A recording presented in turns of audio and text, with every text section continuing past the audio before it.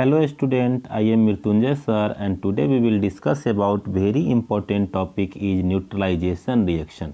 Neutralisation reaction कहते किसको हैं तो आपको ऊपर में हेडिंग मिला होगा reaction of acid and basis with each other. मतलब क्या कि reaction of acid and base is called neutralisation reaction. मतलब when acid and base react each other and formation salt and water, this reaction is known as क्या?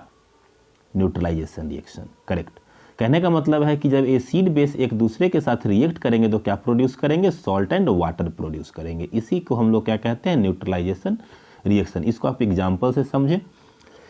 जैसे HCl ले रहे हैं तो HCl प्लस NaOH, तो ये कैसे फॉर्म करेगा? NaOH में देखना होगा हमको कि HCl एसिड क्योंकि H प्लस आयन देगा और Cl माइनस, ये तो H प्लस जो प्रोड्यूस करता है उसको हम लोग एसिड कहते हैं। NaOH बेस क्यों? क्योंकि Na प्लस और OH माइनस, तो जो OH माइनस आयन प्रोड्यूस करे उसको हम बेस कहते हैं। और H किससे मिलेगा? OH से। और Na किससे मिलेगा? Cl से। तो NaCl से मिला तो क्या फॉर्म करके देगा? NaCl। अब प्लस में क्या देगा? H और OH मिल करके H2O। तो ये ही आपका क्या हुआ? Neutralisation reaction. अनदर एग्जाम्पल देखोगे तो यहाँ पे आप क्या देख रहे हो? HCl भी स्ट्रॉन्ग एसिड है और NaOH भी क्या है? स्ट्रॉन्ग बेस है। तो ये जो सॉल्ट NaCl है कैसा सॉल्ट है? Neutral salt. लेकिन अगर हम लोग ले ले CH3COOH, ये आपका क्या है? वीक एसिड है। और प्लस में आपको दे देते हैं NaOH, तो ये क्या है? आपका स्ट्रॉन्ग बेस है। अब ये दोनों आपस में जब रिएक्ट करेगा तो क्या फॉर्म करके देगा? फिर CH3COO माइनस को एसीटेट कहते हैं और H को प्लस, तो H प्लस आयन दे रहा है इसलिए इसको एसिड कहेंगे, और Na प्लस और OH माइनस दे रहा है इसीलिए हमको इसको क्या कहेंगे? बेस कहेंगे।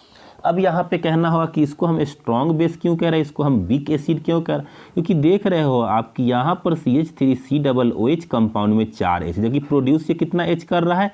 एक ही H कर रहा है। इसका मतलब क्या है कि 100% आयोनाइजेशन नहीं हो रहा है, कंप्लीट डिसोसिएट, पार्शियल डिसोसिएट हो रहा है इसका H प्लस आयन, और काफ़ी टाइम ले रहा है डिसोसिएट होने, तो इसलिए इसको हम लोग वीक एसिड कहेंगे। और ये स्ट्रॉन्ग बेस है क्योंकि ये OH माइनस आयन बहुत ही फास्टली दे रहा है, तो इसको हम लोग स्ट्रॉन्ग बेस कहेंगे। अब ये दोनों रिएक्ट करें तो क्या फॉर्म करके देगा? फिर मैंने आपको बताया था कि ये देगा CH3COONA, मतलब sodium acetate.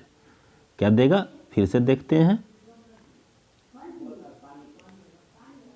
CH3COOH plus NaOH, जब ये दोनों कंबाइंड होगा तो ये फॉर्म करके देगा CH3COO minus H plus Na plus और OH माइनस। तो उस हिसाब से H और OH मिल करके H2O, और ये क्या देगा? CH3COONA। मतलब CH3COONA दे रहा है तो इसका नेचर कैसा होगा? बेसिक नेचर होगा, क्योंकि यहाँ पर बेस क्या है? स्ट्रॉन्ग है, और एसिड क्या है? वीक है। तो इसीलिए यहाँ पे एक कंसेप्ट लेते हैं हम लोग कि स्ट्रॉन्ग एसिड और वीक बेस होगा तो एसिडिक सॉल्ट एंड वाटर देगा। मतलब यहाँ पे स्ट्रॉन्ग कौन है? एसिड है, तो एसिडिक सॉल्ट। वीक एसिड और स्ट्रॉन्ग बेस होगा तो बेसिक सॉल्ट होगा। यहाँ पे स्ट्रॉन्ग कौन है? बेस है, तो बेसिक सॉल्ट। अब तीसरा देखते हैं, स्ट्रॉन्ग एसिड और स्ट्रॉन्ग बेस होगा तब क्या देगा? न्यूट्रल सॉल्ट देगा। और वीक एसिड और वीक बेस होगा तब क्या देगा? न्यूट्रल सॉल्ट देगा। इसको आपको ध्यान में। अब आपके माइंड में आ रहा होगा कि सर इसको हम न्यूट्रलाइजेशन रिएक्शन क्यों कहते हैं? तो मैंने आपको एक कंसेप्ट दिया था, याद करो, BRA, ब्रा। क्या कंसेप्ट दिया था? ब्रा। मतलब blue litmus turns to red is called क्या? एसिड। मतलब ब्लू लिटमस सॉल्यूशन अगर रेड में कन्वर्ट होता है तो उसको हम लोग क्या कहते हैं? एसिड। और दूसरा उल्टा बताया था मैंने कि रेड अगर बेस में कन्वर्ट होता है तो उसको हम लोग, रेड अगर ब्लू में कन्वर्ट होता है उसको हम लोग क्या कहते हैं? बेस। लेकिन इसमें क्या होगा? जैसे कि अगर सॉल्यूशन ले रहे हैं, अगर सॉल्यूशन रेड में कन्वर्ट है और उसको हम लोग फिर अगर उसमें हम बेस मिलाते हैं अप्रोप्रिएट अमाउंट में, तो वो क्या कर देगा? उसके कलर्स को डिसअपियर कर देगा, न्यूट्रल कर देगा। मतलब जैसा पहले था वैसा न्यूट्रल कर देगा। तो इसीलिए इसको, इस रिएक्शन को हम लोग कैसा रिएक्शन कहते हैं? Neutralisation reaction. फिर से एक बार इसको समझना है क्लियर करने के लिए। मैंने आपको पढ़ाया था ब्रा, blue litmus solution turns to red is known as क्या? Acid.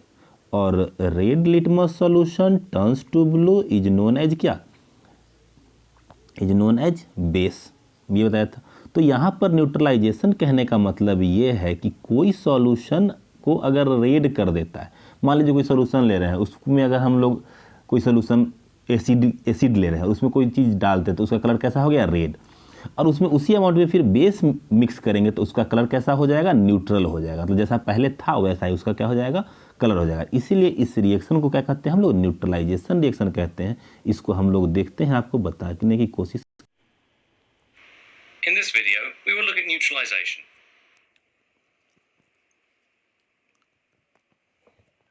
It's easy to tell if something is an acid. Add universal indicator. It's green when something is neutral, red in an acid, and blue in an alkali. There are some special reactions that can take the acidity or the alkalinity out of an acid or alkali. These are called neutralization reactions. If we add a measured amount of acid to this beaker, and then add a measured amount of a carbonate, you can see the fizzing that happens as the neutralization takes place, producing carbon dioxide.